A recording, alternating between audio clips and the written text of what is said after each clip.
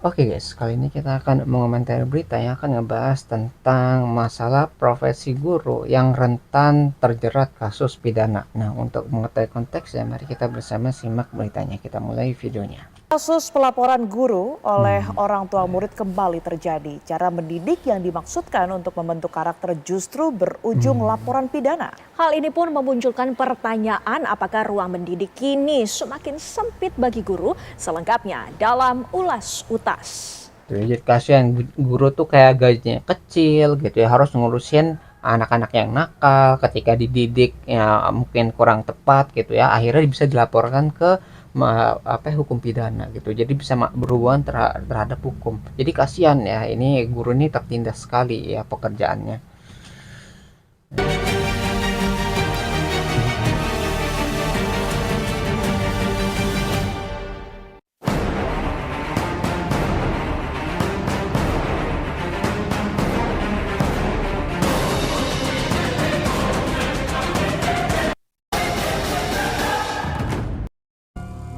Oh, ya.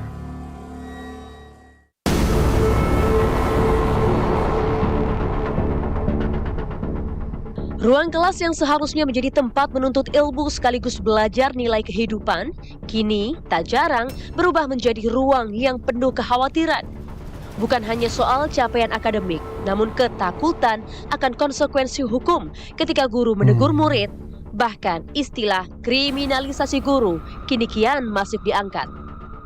Kasus terbaru dialami Christina Budiati atau Bu Budi, seorang wali kelas sekolah dasar di Pamulang, Tangerang Selatan.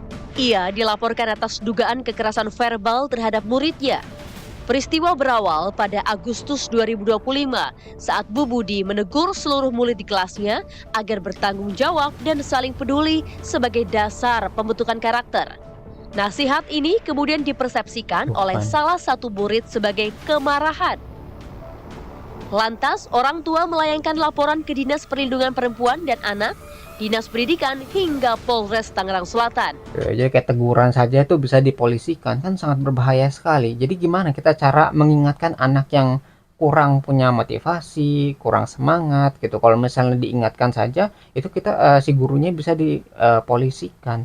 Nah, itu yang berbahaya gitu. Nanti generasi selanjutnya itu menjadi generasi yang mungkin gak peduli, nakal, ya bandel dan sebagainya gara-gara gurunya tidak mampu menegur, mengingatkan dan sebagainya karena gurunya takut untuk melakukan hal tersebut karena kalau melakukannya nanti bisa dipolisikan ataupun bisa masuk penjara gara-gara masalah seperti ini ya. Ini murni pidana atau justru ada unsur kriminalisasi terhadap guru? Jadi terkait dengan adanya laporan terhadap guru, tentunya kami melihat konteksnya. Apakah ini perbuatan guru ini dalam konteks dia sebagai guru, tugas sebagai guru, yaitu mengajar atau membina muridnya, apa dalam konteks seorang guru ini melakukan tindak-tindakan yang sifatnya melanggar hukum ataupun pidana, seperti itu. Kalau faktanya nanti benar bahwa perbuatan itu pidana, tetap kita akan proses seperti itu. Kebijaksanaan. Jadi kayak ini nih, pekerjaan kan kayak dia punya kewajiban untuk melakukan pekerjaannya.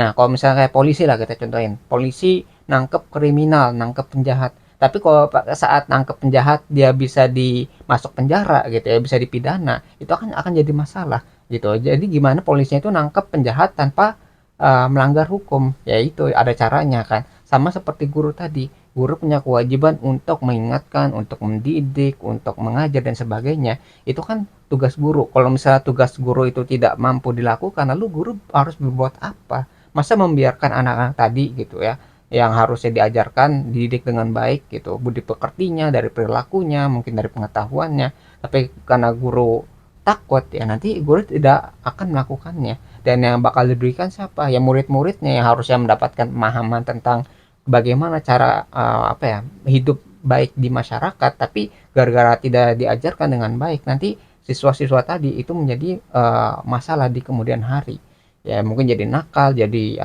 bandel dan sebagainya. Hal semacam ini tentunya harus jadi bahan pertimbangan matang bagi penyidik ya, dengan melihat pasal 53 dan 54 di KUHP yang baru. Dan tentunya kalau itu yang dipakai sebagai pedoman, sekali lagi tidak ada unsur pidana yang harusnya diberikan. Ya, kalaupun ada hal yang perlu dibicarakan, ada ketersinggungan tadi, ya dibawa ke ranah lain, non hukum saja. Saya lebih efektif dan lebih efisien, dan mudah-mudahan bisa menemukan keadilan yang diinginkan bagi para pihak. Jadi sampai polisi kan tuh kan kayak udah sangat ekstrim sekali ya masalah seperti ini. Kalau misalnya kan lebih baik tuh lebih ini ya, lebih ke arah musyawarah aja gitu, ngobrol gitu antara misalnya murid sama orang tuanya gitu, bagaimana cara mendidik anaknya yang benar gitu kan. Itu supaya kayak gini, kalau misalnya si guru yang nggak mampu mengajar, lalu orang tua yang nggak mau ngajarin anaknya, berarti anaknya ini akan terlantarkan. Dan ketika anak yang nggak bisa didik, mereka akan mencari cara untuk melampiaskan ke tempat lain. Bayangin anaknya jadi nakal, nanti orang tuanya juga yang bakal kesulitan. Ya, jadi nanti kalau semuanya nggak peduli, ya bakal berantakan negara ini gitu ya, pendidikannya lah minimal gitu. Dari masa pendidikannya udah berantakan, nanti ya, anak-anak ini akan menjadi masalah di kemudian hari gitu kan. Polisi akhirnya memutuskan menghentikan kasus karena bagus tak lah. ditemukan unsur pidana. Namun kasus ini justru memicu diskusi panjang Nah, tentang batas tipis antara mendidik dan kekerasan. Menteri Pendidikan Dasar dan Menengah Abdul Mukti menegaskan komitmen pemerintah bersama kepolisian untuk mengedepankan pendekatan restoratif justice dalam pendidikan. Ibarat setali mata uang, kekhawatiran terlanjur tumbuh di kalangan pendidik. Guru yang sejatinya pembimbing moral kini serba salah. Menegur beresiko dilaporkan, dan diam beresiko membiarkan kesalahan itu menjadi ya. kebiasaan. Perlu kan dicatat jadi dilema buat gurunya kan. Jadi dia mau ngajarin tapi kalau dia negur khawatir dipolisikan. Nanti kan takut gurunya gitu. Karena takut mereka nggak jadi mengajarkan dan membiarkan kebiasaan buruk itu terus berkembang di para muridnya, para siswanya. Dan kalau udah jadi kebiasaan buruk, ya mereka akan membawa kebiasaan tadi ke jenjang berikutnya. Bayangin kalau misalnya dari SD sampai SMA nggak dididik dengan baik gitu, jadi nakal. Nanti dewasanya saat nyari kerja, ya di kehidupan masyarakatnya, mereka akan menjadi sumber-sumber masalah gitu ya. Itu yang harus dihindari. Jangan sampai guru tuh takut untuk membenarkan apa yang salah gitu. Itu kalau misalnya sampai takut, nanti yang kejahatan lah yang akan mengambil alih si murid tadi gitu ya, jadi kebiasaan buruk jadinya kan. Belum isu kriminalisasi guru, sudah ada tren belakangan bahwa guru itu takut menegur murid, guru itu takut pada orang tua. Tren itu berasa sih belakangan ya. Tapi memang kalau ketakutan guru ini dibiarkan, dampaknya akhirnya banyak guru memilih aman, tidak menegur, tidak membentuk karakter akhirnya ya. Padahal pendidikan dasar dan menengah itu harusnya fokusnya di pendidikan karakter. Gitu ya, jadi nggak peduli gitu. Ketika nggak ada kepedulian, ya berarti membiarkan begitu saja. Jadi nggak peduli tuh mau anaknya nakal, mau anaknya baik, dibiarkan begitu saja. Jadi ini yang menjadi masalah gitu ya. Jadi menghilangkan rasa empati guru terhadap muridnya, karena dia nggak mau ngambil resiko dipolisikan ataupun dipenjara. Kalaupun dilaporkan, mereka kan akan sibuk juga. Mereka udah sibuk ngurus murid, ngurus kerjaan, harus ngurusin hukum juga gitu. Jadi double tambah double lagi, gajinya pun nggak seberapa gitu ya. Jadi daripada pusing-pusing panjang-panjang mikirin murid, ya udah biarin aja, mau dia nakal, mau dia lulus, mau dia pintar, mau dia bodoh, itu terserah mereka gitu. Jadi itu yang sangat berbahaya. Ketika kepedulian guru itu hilang, maka murid akan menjadi korbannya. Lebih menyempit menjadi pengajaran bukan pendidikan ya, hanya mengajar, bukan transfer terbatas. materi. Jadi sekolah itu jadi kehilangan fungsi pembinaan nilai, etika, tanggung jawab. Nah, dan muridnya bisa tumbuh tanpa batas yang jelas, mana yang benar, mana yang salah. Jadi untuk efek jangka panjang jelas ini merusak kualitas pendidikan ya.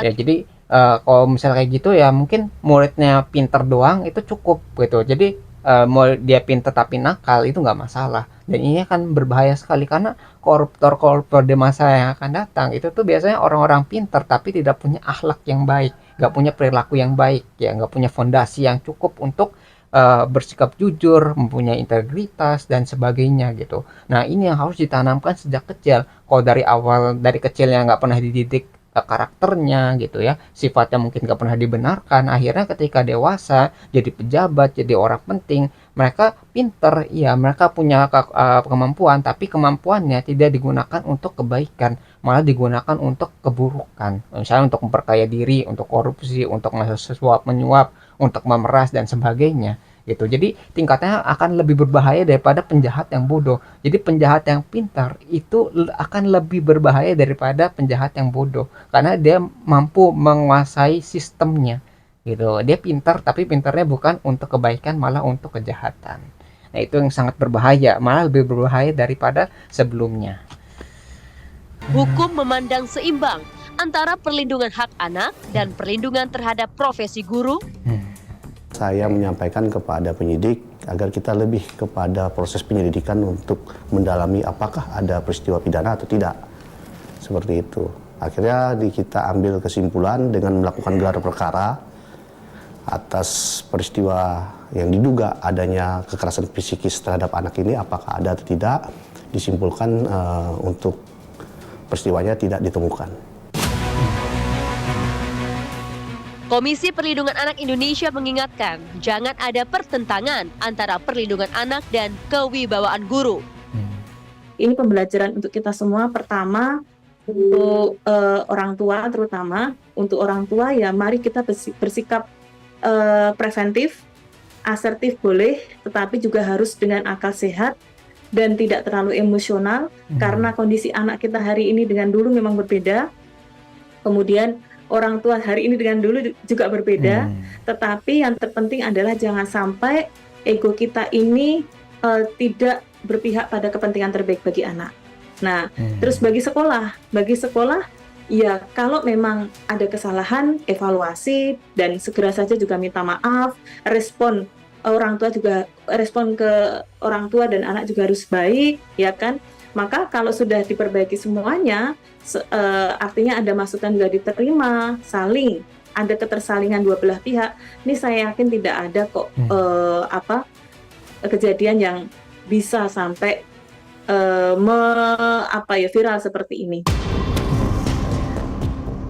Fenomena ini menunjukkan adanya jarak yang semakin lebar antara guru dan orang tua. Pada akhirnya, hukum harus menjadi pelindung, bukan ancaman bagi dunia pendidikan. Sebab ketika profesi mendidik terus dibawa ke ranah pidana tanpa batas yang jelas, yang terancam bukan saja profesi guru, melainkan kepastian hukum akan pendidikan itu sendiri.